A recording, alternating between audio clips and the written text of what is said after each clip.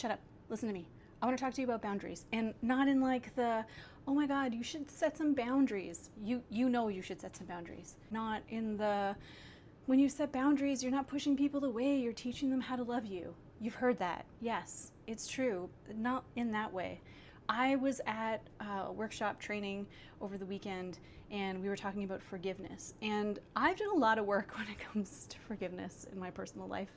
And so there was a lot of things that we talked about that I was actually surprised that people needed to hear. I was surprised at people's audible reactions. You know, you ever hear someone say something that you're like, oh yeah, obviously, but you hear people be like, I don't even actually know. Sometimes I wonder if you can actually hear somebody, like, are they audibly reacting, or are you hearing their thoughts? Wait, does that make me crazy thinking that? Okay, can you? Well, here are a couple of things that people reacted to that I was surprised by. One, you're allowed to forgive people, but not forget, right? That doesn't happen. You don't just forget the things that people said or did or whatever. You can forgive them and still remember they did it. Also, when you forgive someone, you're not just okaying their behavior. That's also not true. You can tell someone that they have done wrong, they have hurt you, and this behavior is unacceptable, and still forgive them. And you don't forgive them for them. Forgiveness isn't for them. Absolutely not. Forgiveness is for you. It's so that you can live your life without this pit in your body, because there's a lightness to forgiveness. It's always for the forgiver, not for the forgiven. I actually have practiced a lot in my life when it comes to boundaries.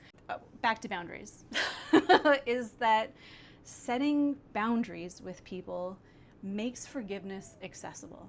If it seems impossible for you to forgive a parent, a sibling, a lover, a friend, something that they've said or done or continue to say or do, their habits, their behaviors, setting a really strong boundary can make that forgiveness possible. And yeah, I am talking about not inviting people into your life anymore. I am talking about estrangement. That can sometimes seem like this huge, impossible mountain, and that you are holding a grudge when that happens, but that's not true. I really do think that when you set a boundary for your own well-being, you are actually opening a door for forgiveness. So don't think about boundaries as a wall or a fence. They're more like a gateway. A gateway to something lighter, easier, and softer for you. I recognize that keeping boundaries